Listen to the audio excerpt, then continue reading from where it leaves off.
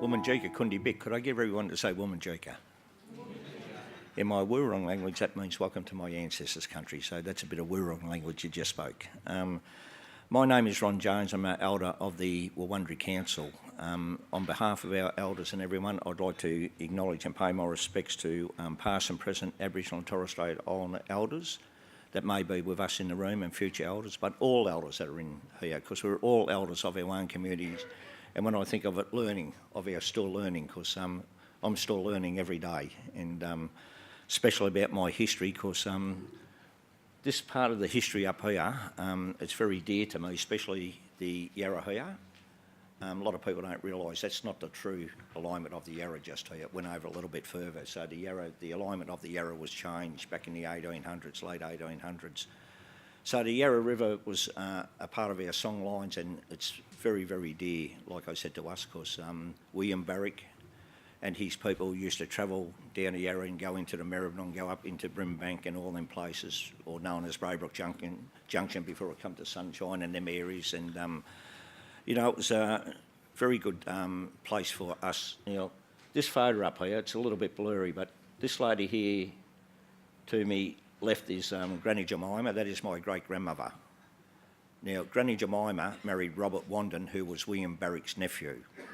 That was William Barrick's sister, so we come from a very good bloodstock, I think, great bloodstock. So the other lady next to her is my grandmother. Now, she was determined what you call a half-caste back in them days. So that little white butterfly there is my mother. So, you know, a lot of people are amazed when they see that photo of Mum, you know, and actually when Mum was born, Granny Jemima, being a tribal lady, she wanted to have her terminated because she thought she was a bad spirit. She was an evil spirit, and she was a white person being born into Aboriginal bloodline.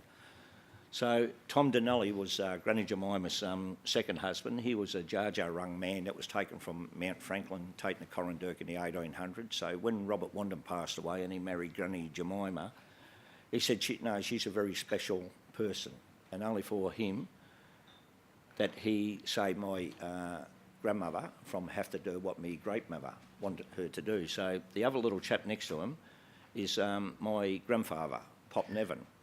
So that was all taken at Corandurk Aboriginal Mission Station up at Hearsville. So my actual grandfather, he's non-Indigenous, but when he married my grandmother, he got charged in the late 1800s with marrying my grandmother. Of course, he got charged with marrying Aboriginal fauna and fauna, because our people weren't treated as people of this country. So the people at Corandurk, they had no rights, like my mum and all that. So if we could think of the discrimination and the hatred that was bestowed on my mum, and yet for them people that were on mission stations like that, they got on with life. It didn't interfere, and they never held any grudges, because they didn't know what racism was. That was their way of life. So my mother, and the stories she told me about Corandurk, she absolutely loved that place, and she called it home. But as you grow up and you get older and realise what happened to our people at places like that, because Mum was not allowed to learn her language, she weren't allowed to learn her customs. So back in them days, if you put it all together, that's a part of, how can we put it, destroying the Aboriginal people, right? It was to trade out or get rid of our people from learning and teaching. So my mother was not allowed to swim in the swimming pool with the half-caste, the full-bloods or the white people. So the people that were born to the half-caste people that were born white, they were segregated again. So they were kept out of another part of Corandurk. But like I said, she thought that was a way of her life. And if we could go back and think of the way our people suffered at Corandurk, we'd have a beautiful world today. It'd be a fantastic world, because it was about forgiving, sharing and looking after each other. And that's the way. And when I see some of the young Aboriginal people today, they create more problems, because they weren't taught that way, to be racist and that. And, you know, we've always taught to respect people, and only through William Barrick. And if a lot of people get the chance and go down and have a look at Swanston Street after, when you leave here, that image of William Barrick looks down to the Shrine of Remembrance. So his spirit is looking after all the people that went away to war, not just Aboriginal men, but all people that went away for this beautiful country of ours. So that's what we feel in our heart, that William Barrick's spirit looks down there. Of course, a lot of people think, well, why about Aboriginal people? and a lot of people don't realise, our people that went off their mission stations, that joined up in the First World War, Second World War, Korea, halfway through Vietnam, if they said they were Aboriginal, they weren't allowed to go into the army because they were not citizens of this country. So all our people that went away to war signed up as either an older American Negro or African or Indian. So that's how a lot of our people went into the armed forces back in them times. So a lot of with that history, and especially with us, within the Wurundjeri, our family is one of the most documented histories here in Victoria, and we're very pleased, and we've always been very proud of our history. But we do have one of my grandmother's brothers, Uncle Joseph Wandin. He was born fair like my mother.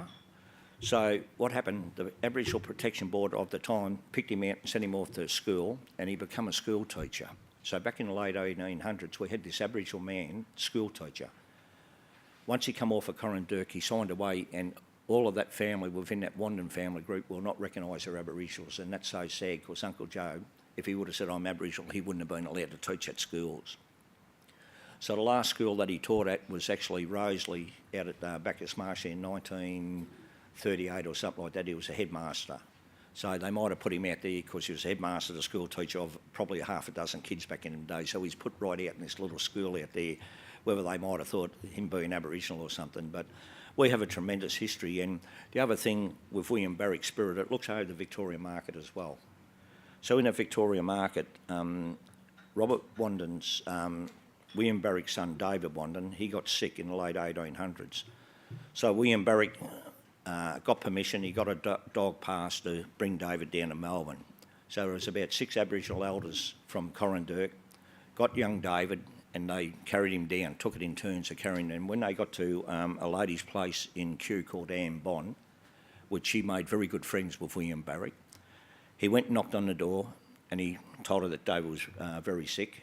And so she said, well, OK, you can come and stay here, but you can't come into the house. So they had to stay under the veranda, and that house is still there today in Kew. So they made David comfortable. They stayed there for the night, and the next day they continued their journey onto the Melbourne Hospital. So when David was, William Barrick and that knocked on the door, so the doctors come out, took David into the hospital, but William Barrick and that weren't allowed to go into the hospital because they were being full-blooded Aboriginals, so they weren't allowed to go into the hospital. So they made their way back to Anne Bond's place, and then the next day when they come back to the hospital again, David had passed away.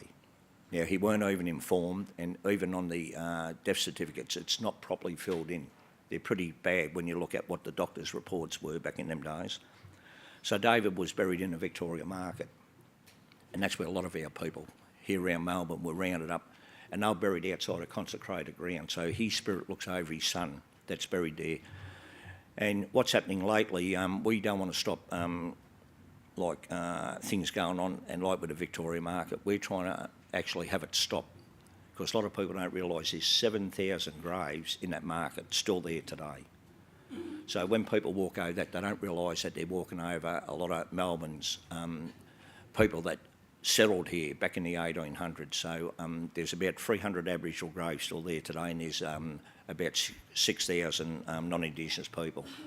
But the Aboriginal people are buried outside with the Friends group outside of the cemetery wall, because they was not counted as citizens or that, and they're treated as flora and fauna, so they're buried outside of the wall. And we've been fighting, because them people that are passed on, they can't speak for themselves, and I'm quite sure that they wouldn't want to be dug up and then put up in one big pile of bones and taken to some cemetery. So we still fight with government to have it stopped, because one thing here within Melbourne, and people have a look around, we're losing a lot of our, even our European aspect of stuff.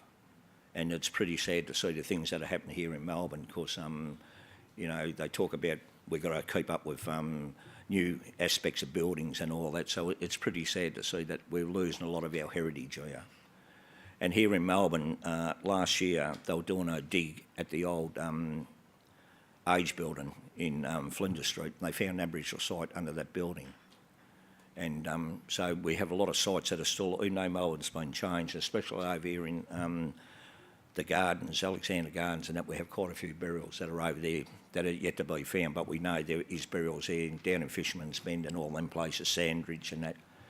And the trouble is that when they do find the burials and they're doing a historical dig, sometimes the archaeologists turn a blind eye, because they're working under the Heritage Act, And then when they call us in, they know they work on a different act. They've got to work on the Aboriginal Heritage Act. And a lot of them don't want to do it because there's a lot of, they've got to apply to the state law of protection of Aboriginal heritage. But one of my other jobs is I'm a cultural heritage officer, and I work out on a lot of sites out on the different rivers and all that. And I was working on a site roughly 3 years ago, and I won't mention the council's name, but I was working out there, and a young engineer come down the track, and he hops out of his car, and he comes up to me, and he takes his sunglasses off, and he said, "What are you doing here?" I said, "I'm the Aboriginal Monta." And he took a step back, and I thought, there must be something wrong with me. Why did he take a step back, you know? And he come up, and he said, "You quite sure you're Aboriginal?" I said, "I'm quite sure, you know." And he turned around, "But you don't look it." I said, "You know the reason why I don't look Aboriginal?" And he said, "Why?" I said, "Because I was born in the daytime like my mother, and my grandmother and that were born in the night time." Right, you know, so it's still about learning, because our history here, especially in Victoria, a lot of realise they talk about closing the gap. Our gap is getting wider. It's not shutting, you know. And for Victoria and Tasmania, we've still got a long way to go, and governments. And I told Natalie Hutchins, and actually I give it to Bill Shorten the other night, when you get into power, make sure what you promise, what you said, you're going to close the gap for Aboriginal people. So, yeah, it's been a great pleasure to come do this Welcome to Country. So, Woman Jerrick, a big welcome to Wurundjeri Country, and have a great day. Thanks for having me.